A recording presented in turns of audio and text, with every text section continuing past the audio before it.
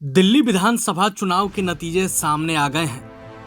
अब बिहार विधानसभा चुनाव को लेकर भी तैयारियां शुरू कर दी गई है। इस बीच प्रशांत किशोर की पार्टी जनसुराज की जो चुनाव समिति है उसकी ओर से बड़ी प्रेस कॉन्फ्रेंस की गई और प्रेस कॉन्फ्रेंस में बताया गया कि अगर आप जनसुराज का टिकट लेना चाहते हैं तो आपको कैसे मिलेगा। सबसे पहले आप चुनाव समिति के सदस्यों को सुनिए। आज हम लोग जनसुराज के बिहार विधानसभा के 243 सीटों के लिए जो निर्वाचन कमेटी बनी है, उस निर्वाचन कमेटी में हमारे 11 सदस्य हैं। अभी हम लोग 7 लोग यहाँ पर हैं, बाकी हमारे साथी क्षेत्र में घूम रहे हैं।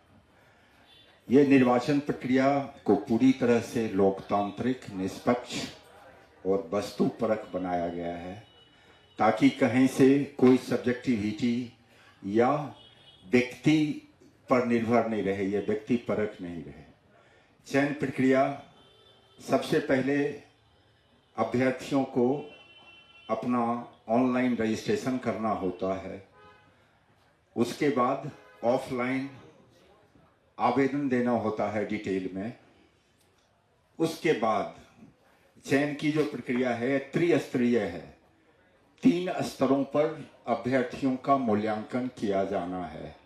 मूल्यांकन के मानक बने हुए हैं, उसी मानक के हिसाब से उनका चयन होगा।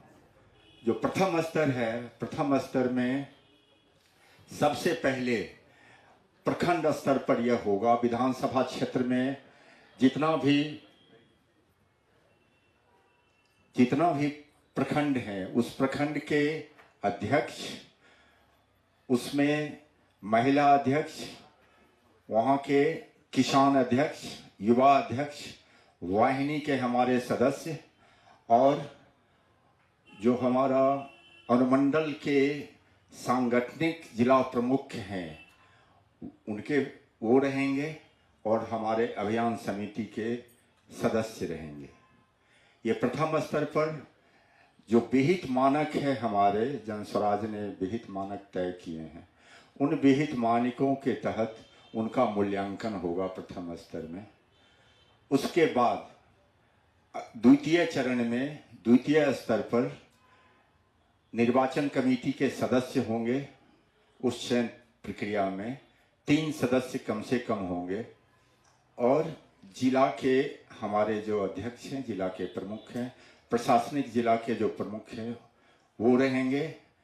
वहाँ महासचिव रहेंगे जिला के, अभियान समिति के जो संयोजक हैं वो रहेंगे, वहाँ नगर अध्यक्ष रहेंगे, हमारे जो मीडिया के वहाँ पर प्रभारी हैं जिला के वो रहेंगे। ये सब मिलके द्वितीय चरण में जो हमारे विहित मानक हैं जनस्वराज के, उसके अनुसार अभ्यर्थियों का मूल्यांकन करेंगे। मूल्यांकन के बाद उनकी समीक्षा होगी मंतव्य के साथ। प्रथम और द्वितीय चरण के जो भी रिजल्ट होता है उसको निर्वाचन कमेटी के पास भेजा जाएगा। निर्वाचन कमेटी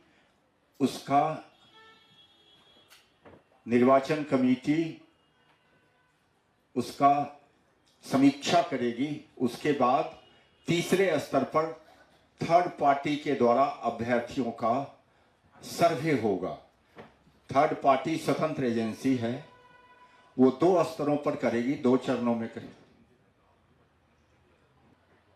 विधानसभा समिति से प्राप्त मूल्यांकन, उसके बाद जिला समिति से प्राप्त मूल्यांकन, केंद्रीय चुनाव समिति की अनुशंसा और जनस्वराज के संस्थापक सदस्यों का मत, विधानसभा क्षेत्र में जो सर्वेक्षण किया जाएगा आम लोगों के बीच, उनका रिजल्ट, सब लोगों का रिजल्ट जब मिल जाएगा तो उसकी समीक्षा होगी पार्टी के शीर्ष नेताओं के द्वारा। निर्वाचन कमेटी अपने मंतव्य के साथ 243 सीटों की समीक्षा करके वो कैंडिडेट की पूरी सूची, जो प्रत्याशी की सूची होगी, उसको शीर्ष नेतृत्व के पास भेज दिया जाएगा। उसके बाद शीर्ष नेतृत्व जून के अंत तक सभी अभ्यर्थियों का समीक्षा करके प्रत्याशियों की अंतिम सूची 243 सीट के लिए निकाल देगी। ये हमारे पूरे चयन की प्रक्रिया होगी जनस्वराज के 243 सीटों के लिए। उसके बाद जो प्रत्याशियों को करना है, जून के बाद 3 महीना का हमारे पास वक्त होगा। प्रत्याशी क्षेत्र में जाके अपना अपना चुनाव प्रचार कार्य करेंगे। आवेदन का शुल्क रखा गया है 21,000 रुपया, और ये सिर्फ इसलिए रखा गया है ताकि जो गंभीर अभ्यर्थी नहीं हैं उनको पहले से छांटा जा सके। ऐसा नहीं कि भीड़ बढ़ जाए, हम भी करेंगे, क्योंकि जनस्वराज इसमें अपने तरफ से पूरी कोशिश हो रही है कि ऐसे कैंडिडेट को दिया जाए जो कैंडिडेट सीरियस हैं, गंभीर हैं, गंभीरता से चुनाव लड़ने वाले हैं। चाहे वो उनकी आर्थिक स्थिति कुछ भी हो, उससे मतलब नहीं है। अगर जो यह 21,000 रुपया भी उन कैंडिडेट्स के लिए, उन अभ्यर्थियों के लिए माफ़ किया जाएगा जो क्षेत्र की जनता 1,000 जनता से जो अपना अप्रूवल ले आएंगे कि भाई इनका माफ़ कर दिया जाए, इनकी ज़रूरत नहीं है, इनके पास पैसे नहीं है, तो ऐसे कैंडिडेट का माफ़ भी किया जा सकता है। तो ऐसे कैंडिडेट भी हैं हमारे पास जिनका माफ़ किया जा सके, हम लोग माफ़ कर देंगे उनका, या समिति, निर्वाचन समिति तय कर लेगी इनका माफ़ किया जाना चाहिए।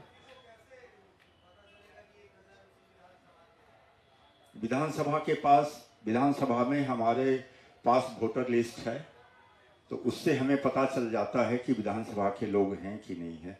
और हमारी हर जगह संगठन हमारा बना हुआ है, तो संगठन के लोग भी जानते हैं कि हमारे कौन कौन मेंबर है, कौन संस्थापक सदस्य हैं, उस विधानसभा क्षेत्र के कौन कौन वोटर हैं। ये सारा कुछ हम लोगों के पास डाटा है। नहीं, कोई लेट फी नहीं है। आवेदन की प्रक्रिया तो 5 जनवरी से ही शुरू है, चल रही है अभी, और इसकी तिथि रखी गई है 11 मार्च को, अंतिम तिथि। तो अभी तक चल ही रहा है प्रक्रिया, लोग आवेदन कर रहे हैं। बहुत सारे लोगों ने पंजीकरण कराया है, और बहुत सारे लोगों ने, अभ्यर्थियों ने अपना आवेदन जो होता है ऑफलाइन वो भी कर दिया है।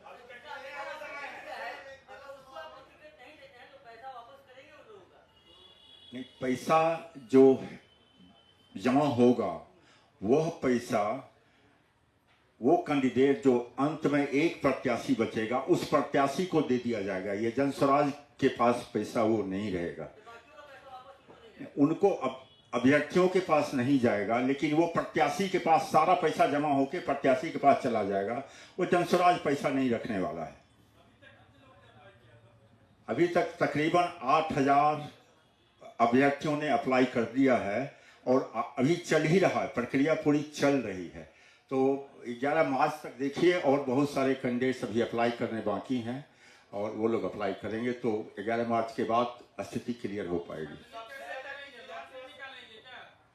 नहीं, कोई लॉटरी नहीं है। जैसा मैंने बताया कि ये व्यक्ति परख नहीं है, कोई व्यक्ति नहीं कर सकता है कोई कि हम ये कैंडिडेट हैं या ये कैंडिडेट अच्छे हैं या ये कैंडिडेट अच्छे नहीं हैं।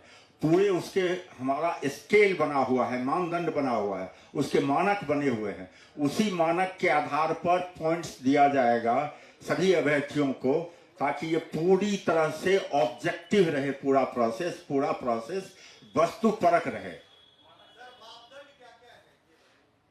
मानदंड कॉपी अभी आप लोगों को, सब लोगों को मिलेगी, वो आपके प्रेस रिलीज में वही हमारे मानदंड हैं। उन्हीं मानदंड के आधार पर अभ्यर्थियों का मापदंड किया जाएगा। इस बात के लिए हम बिहार के जनता को आश्वस्त करते हैं जनस्वराज की ओर से कि किसी भी आपराधिक छवि के व्यक्ति को, इवन अगर उनका पारिवारिक कोई ऐसा इतिहास है उनके परिवार का, जैसे ऐसा नहीं कि जो अन्य पार्टियां करती हैं, एक अपराधी है वो अभ्यर्थी तो उसके पत्नी को दे दो, उसके माँ को दे दो, वैसा कुछ नहीं होगा। स्वच्छ छवि के लोगों को ही कंसीडर किया जाएगा, उन्हीं को प्रत्याशी बनाया जाएगा जनस्वराज की ओर से। तो आपने प्रशांत किशोर की पार्टी जनस्वराज के चुनाव समिति के सदस्यों को सुना। उन्होंने साफ साफ बताया कि अगर आपको जनस्वराज का टिकट चाहिए तो क्या क्या करना होगा। प्रभातखबर.com, विश्वास वही, रफ्तार नहीं।